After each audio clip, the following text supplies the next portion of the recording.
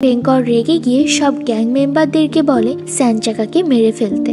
এরপর তার গ্যাং মেম্বাররা সকল সরকারি অফিসার যারা পেঙ্করকে থামাতে যাচ্ছিল তাদেরকে এক এক করে মেরে ফেলতে শুরু করে। আর এভাবে একসময় যখন তারা রিদওয়ানকে মারতে আসে তখন সেখানে স্যানচাকা এসে তাকে বাঁচিয়ে নেয়। তখন রিদওয়ান স্যানচাকার কাছে সাহায্য চায় শহরের মানুষকে পেঙ্করের হাত থেকে বাঁচানোর জন্য, কারণ শহরের বেশিরভাগ মহিলা তখন ওই খাবার খেয়ে আরো অসুস্থ হয়ে পড়ছিল। অন্যদিকে দেখা যায় সরকার পেঙ্করের বানানো ঔষধ পরীক্ষা না করে সেগুলো বিক্রির অনুমোদন দিয়ে দেয়, কারণ এই মুহূর্তে শহরের যা পরিস্থিতি তাতে পেঙ্কর ছাড়া অন্য কারো কাছে এই রোগের অ্যান্টিডট ছিল না। রিদওয়ান তার সাধ্যমতো এটা থামানোর চেষ্টা করলেও বেশিরভাগ পলিটিশিয়ান পেঙ্করের কাছে বিক্রি হয়ে গিয়েছিল।